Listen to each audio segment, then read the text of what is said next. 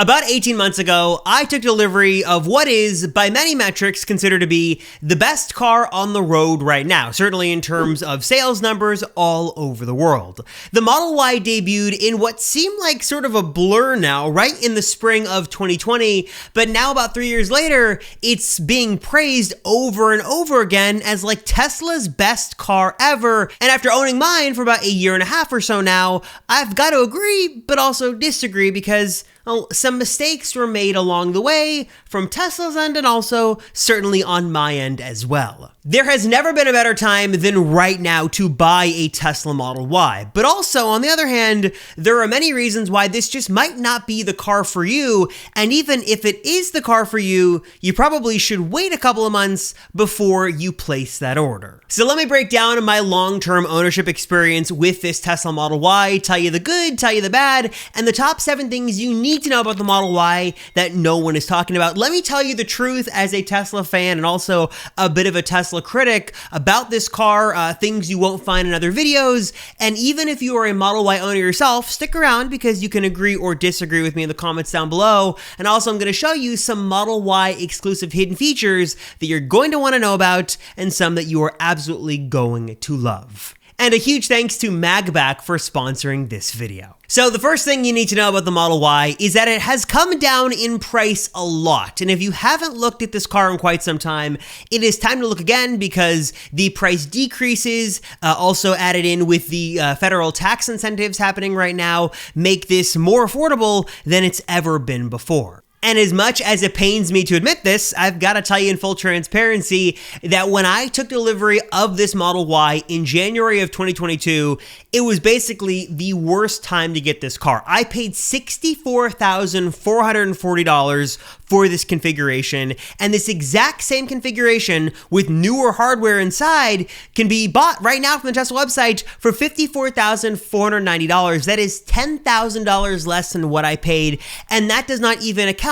for the $7,500 federal tax incentive you'd get as well, which basically makes this car, nearly $18,000 cheaper today than when I got it 18 or so months ago, which is pretty crazy that if I had waited, I could have saved myself $1,000 for each month I didn't have the car. It's insane, but who knows if Tesla prices go up, go down all the time, but that is what you can get the car for today, and it just goes to show that I just bought at a horrible time. So suffice it to say, yes, if you're in the market for a Model Y, now is a very good time to buy. We've already started to see Tesla slowly start to raise prices back up little by little, so this isn't something you want to wait on for too long. And in addition to the Model Y being significantly cheaper now than it's been in quite some time, there's also a brand new model here in the US and Canada that is also super appealing because you make a couple of small sacrifices, which I feel like for most people aren't that big of a deal, and also can save yourself a few $1,000 in the process, making this car even more affordable than it's ever been before. Internationally, this standard range Model Y is a single motor rear-wheel drive model that is significantly cheaper than the long-range Model Y counterpart that it shares, and in the US, it's a bit different because the standard range model is about $3,000 cheaper, but it is a dual motor variant vehicle. You sacrifice a little bit on performance and speed and stuff like that, but it's still pretty much a good deal, $3,000 less than the long-range model, which again, for most people, I feel like actually isn't mean you're giving up that much. And I'm assuming that this is not the first Model Y video you've watched on YouTube. If it is, welcome, but for those of you who have watched other videos, I won't bore you with the details. I'll just say that if you have a reliable place to charge at home and you don't really care about having the best speed and you're not going on a ton of road trips, or if you are, you're not going to be dismayed if you have to stop a little bit more, I think the standard range model is a really great way to go because it's cheaper. You're getting still 279 miles of range, which is very respectable for the one here in the US.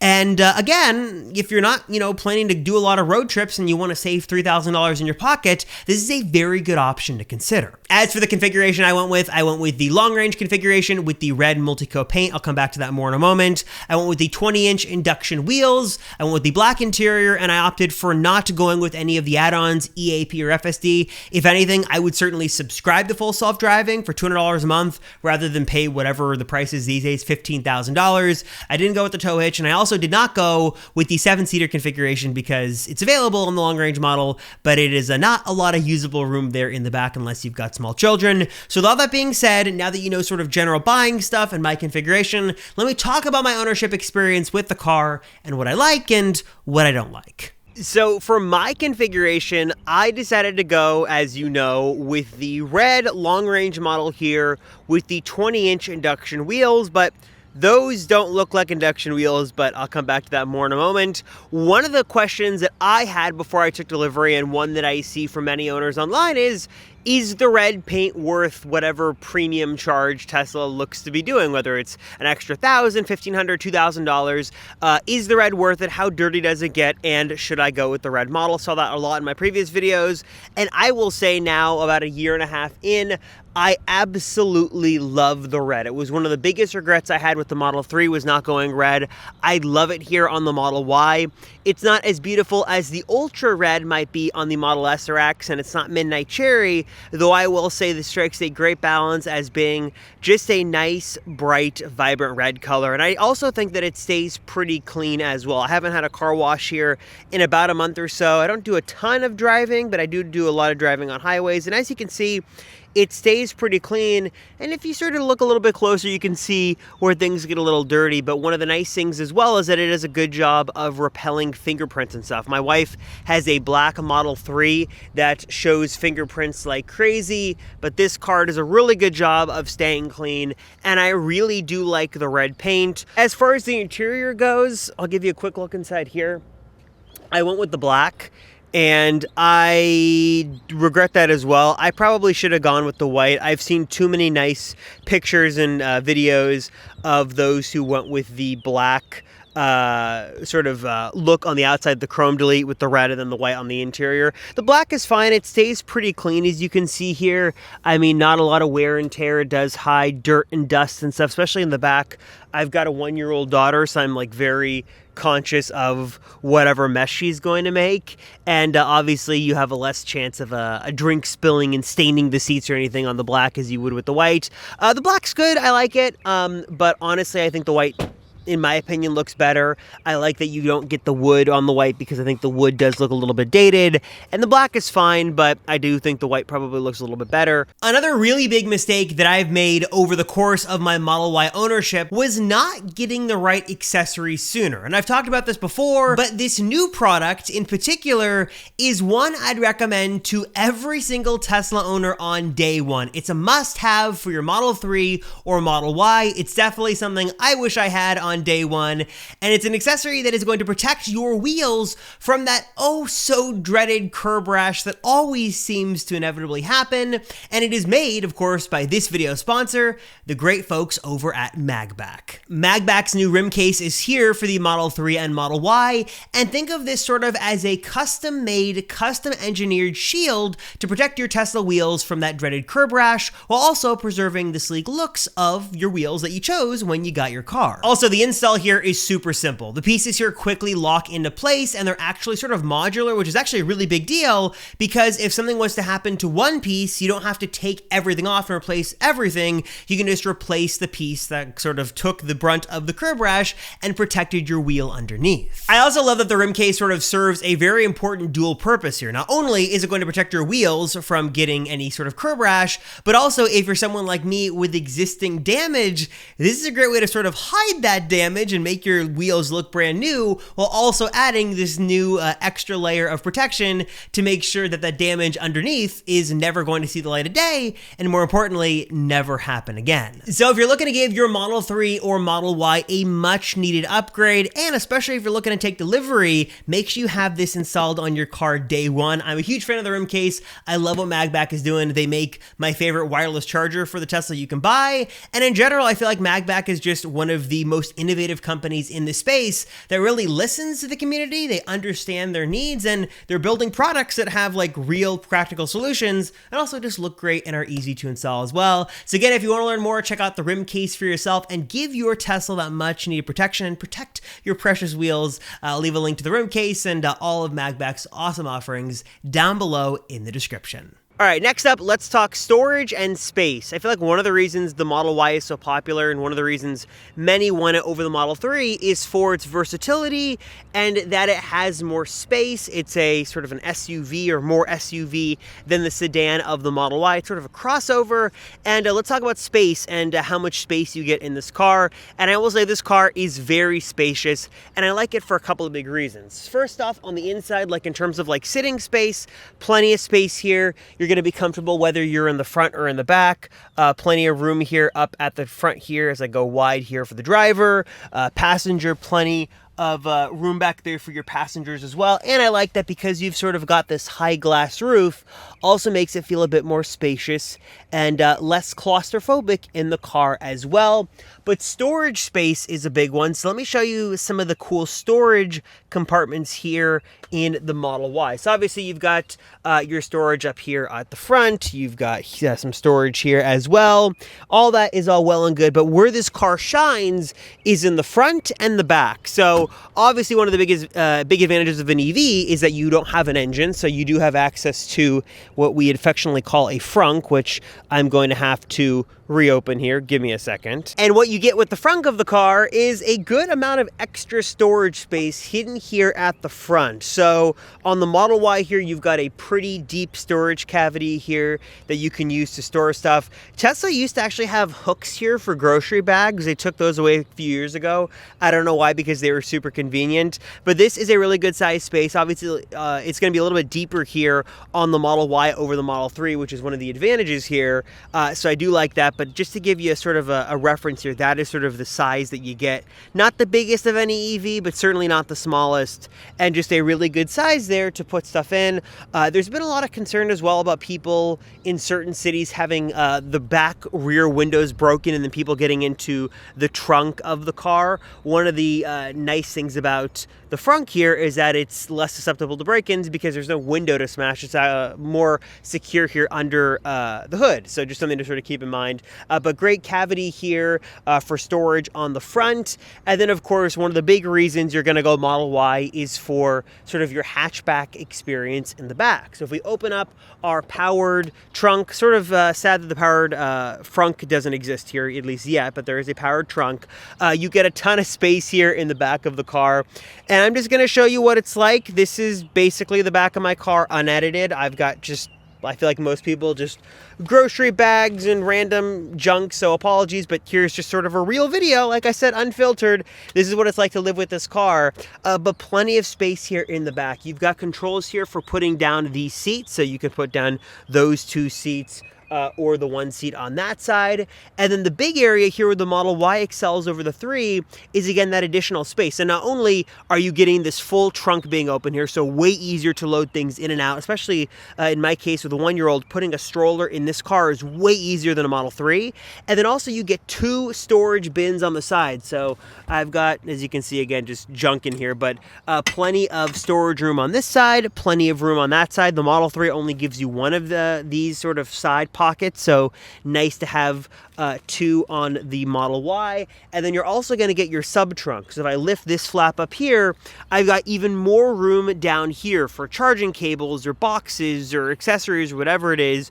You've got a lot of room. So a nice, very spacious back area here. 2 side pockets on either side, right? 1 pocket on either side, a total of 2. And then the sub trunk as well, which is going to give you a ton of room in this car. So very versatile, very easy to load stuff in and out. That's one of the big benefits here of the Model Y, is you've got a lot more room here and a little bit more headroom as well. And again, here, let me show you the back here.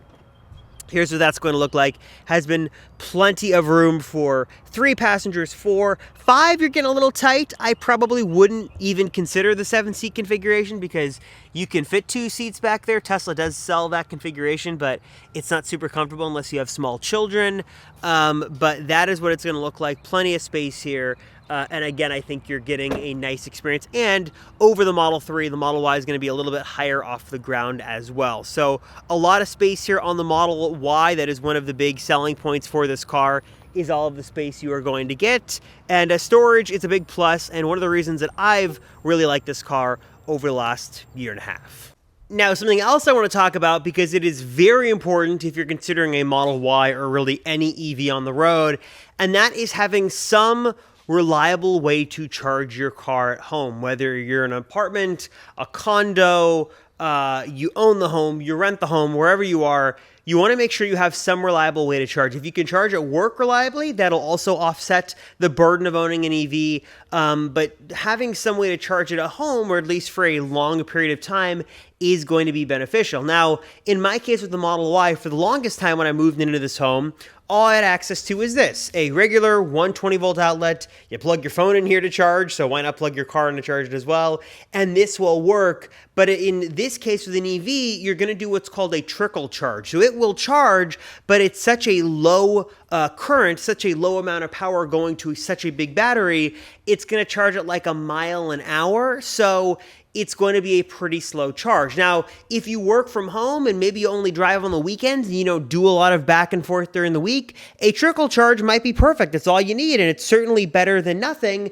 And if you, maybe do your driving on the weekend, then you park your car for a couple of days during the week and you let it charge up, it's totally fine. It's just not going to be a fast charge. If you want a faster rate of charge, you've got basically two options. You either can get like a higher end, outlet put in, like a NEMO 1450 receptacle that'll let you plug in your Tesla mobile connector and get those higher speeds, or you can do something more permanent. You can go the Tesla route, and Tesla has their wall connector you can buy. This is not from Tesla. This is from a company called Flow. This is just another company. There's Autel. I've showed off solutions from them. Many other companies have their own solutions, but this is just a regular EV charger. It's a 30 amp charger. I'd even do a little bit more than 30, but it's 30 amps for the Tesla. It's wired into the breaker box behind here. And the only real difference between this and the Tesla wall connector is, well, you're not going to get the same level of integration as you would, but that's okay. This has its own app and stuff like that. You can do, scheduled charging and stuff like that, but you have to use the adapter here. So this is a J1772 to Tesla adapter. So I just got to put that adapter on here when I plug in my car and do my thing. But this does also give me the flexibility that Tesla doesn't, which is to charge any other EV. If I happen to have someone who comes over who doesn't have a Tesla, this should be able to charge their car as well. So having some way to reliably charge your car at home is important. And of course, having this fast charger will let you charge your car in a matter of hours and not a matter of days. So if you have an empty battery, I could probably recharge from empty to full in like 8-ish hours or so. Don't quote me on that. Usually my battery is like a 40%. I'll plug it in for a couple hours and I'm fine. Going to be way faster than the trickle charge. So it's something to keep in mind. So charging is a big one. After owning this car, now I have the Model 3 as well. After having a couple of months of trickle charging, having this faster charger is definitely what I'd recommend. It's the way to go, especially if you're going to invest in an EV. Might as well spend some money to invest in a charger, but definitely an important part of the Model Y, or again, general EV ownership. Now, I've also gotten a lot of questions on what accessories I use for my Model Y, and I actually just did a full video on this. I will leave linked up here and down below on like all my favorite best accessories, but I'll give you a quick little rundown of what I've got in my car right now if you're curious on what you should pick up for your Model Y.